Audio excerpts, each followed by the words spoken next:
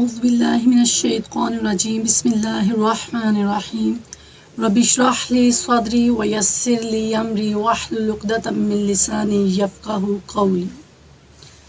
الحمدللہ رمضان کی برکتیں ہم سب سمیٹ رہے ہیں، روزے کی مشقت کو بھی برداشت کر رہے ہیں۔ آج انشاءاللہ ہم ان چھوٹے چھوٹے امور کے بارے میں جانیں گے جن سے روزے جیسی عبادت جو ہے وہ متاثر نہیں ہوتی، لیکن اگر وہ کام ہم سے سرزد ہو جائیں تو دل میں تھوڑی سی بے چینی ہوتی ہے کہ پتہ نہیں ہمارا روزہ جو ہے وہ اب مکروہ ہو گیا ہے یا اس کا اجر و ثواب ہمیں ملے گا۔ تو جب وہ چیزیں ہمیں پتہ ہوں گی، ان کے بارے میں ہمیں علم ہوگا، تو انشاءاللہ تعالی ہماری عبادتیں جو ہیں وہ دلوں کو سکون پہنچانے والی ہوں گی۔ تو وہ امور جن سے ہمارا روزہ مکروہ نہیں ہوتا، اس میں سب سے پہلی چیز بھول سے کچھ کھا پی لینا۔ کسی انسان کو جیسے رمضان جب شروع ہوتا ہے نا، اس وقت اکثر ہم سے یہ غلطی ہو جاتی ہے، اسپیشلی افطاری میں جو ہے وہ سحری میں ہم پتہ نہیں چلتا، جانے انجانے میں کیا ہوتا ہے ہم چیز کو منہ میں ڈال لیتے ہیں۔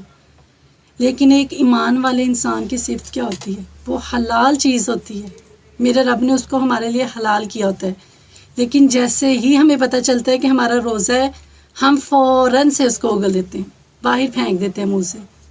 تو بھول چوک سے جب ہم کچھ کھا لیتے ہیں، اس سے ہمارا روزہ مکروہ نہیں ہوتا۔ حدیث میں کیا آتا ہے؟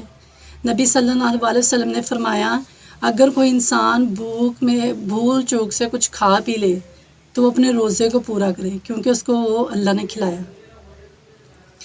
اسی طرح گرمی کی شدت کی وجہ سے، آج کل تو الحمدللہ موسم بہت اچھا ہے نا، اگر کچھ سال پہلے کے روزے دیکھے تو گرمی کی شدت میں ہوتے تھے، تو گرمی کی شدت کی وجہ سے کوئی انسان اگر سر پہ پانی بہا لے یا کپڑا گیلا کر کے اپنے بدن کے اوپر رکھ لے، اس سے ہمارا روزہ متاثر نہیں ہوتا ہے۔ اس کی دین اسلام ہمیں اجازت دیتے ہیں۔ نبی صلی اللہ علیہ وسلم کے صحابہ میں سے ایک صحابی کہتے ہیں کہ میں نے نبی صلی اللہ علیہ وسلم کو دیکھا کہ وہ گرمی کی شدت یا پیاس کی وجہ سے اپنے سر پر پانی بہا رہے تھے۔ تو دین اسلام میں ہمیں اس کی اجازت ملتی ہے۔ اسی طرح روزے کی حالت میں مزی یا احتلام کا خارج ہو جانا۔ مزی کیا ہوتی ہے؟ شہوت کی وجہ سے سفید مادے کا بہہ جانا۔ اس میں کیا ہے؟ وضو آپ کریں گے اور نماز پڑھیں گے، اس سے روزہ مکروہ نہیں ہوتا۔ احتلام کا تعلق نیند سے ہوتا ہے۔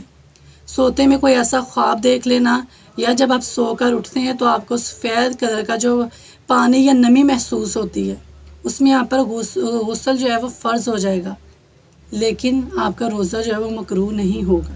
آپ اپنے روزے کو پورا کریں اور غسل کر کے نماز پڑھ لیں۔ اسی طرح سر میں تیل لگانے سے، کنگھی کرنے سے، سرما لگانے سے آپ کے روزے کو کوئی فرق نہیں پڑے گا، بلکہ یہ پسندیدہ امور ہیں۔ آپ جتنے اہتمام کے ساتھ عبادت کریں گے، آپ کی عبادتوں میں خشوع اتنا ہی زیادہ ہوگا۔ یہ پسندیدہ کام ہے، ان کا اہتمام کرنا چاہیے۔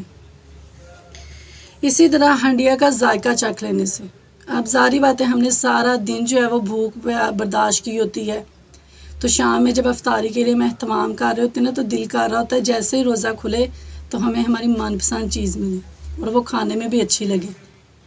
تو کیا ہے، اگر آپ کھانا بنا رہے ہیں تو اس کو تھوڑا سا چکھ لیں۔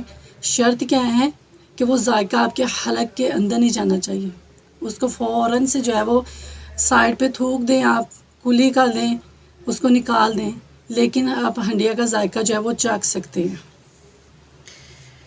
اسی طرح اگر کوئی انسان اس پر غسل فرض تھا جماع کی وجہ سے یا احتلام کی وجہ سے، لیکن سحری کے ٹائم آنکھ ذرا دیر سے کھلی ہے، تو کیا وہ اب روزہ چھوڑ دیں گے؟ دین اسلام اتنا خوبصورت دین ہے، ہمیں اس کا بھی طریقہ بتاتا ہے۔ اب کیا کریں، آپ وضو کر کے سحری کھا لیں اور بعد میں غسل کر کے فجر کی نماز پڑھ لیں، آپ کے روزے پہ کچھ بھی اثر نہیں ہوگا اس سے۔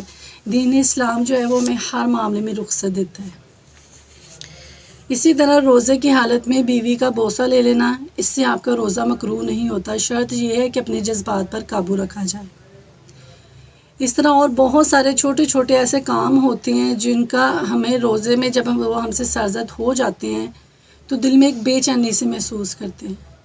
تو دین اسلام دیکھیں کتنا خوبصورت دین ہے، ان چیزوں کو کھول کے واضح کر کے ہمیں بتا دیا تاکہ یہ جو دلوں کی بے چینی ہے یہ ختم ہو جائے۔ اللہ تعالیٰ سے دعا ہے کہ اللہ تعالیٰ ہمیں ان تمام امور سے بچائے، اور جو عبادات میں ہم سے چھوٹی چھوٹی کوتاہیاں ہو جاتی ہیں اللہ سبحانہ تعالیٰ اس سے درگزر فرمائے اور ہماری عبادتوں کو خالص کر کے قبول کر دے۔ آج کے لیے اتنا ہی، انشاءاللہ تعالیٰ اگلے پروگرام میں ہم مزید امور کے بارے میں جانیں گے۔ سبحانک اللہم و بحمدک نشہد ان لا الہ الا انت نستغفرک و نتوب الیک۔ السلام علیکم ورحمۃ اللہ وبرکاتہ۔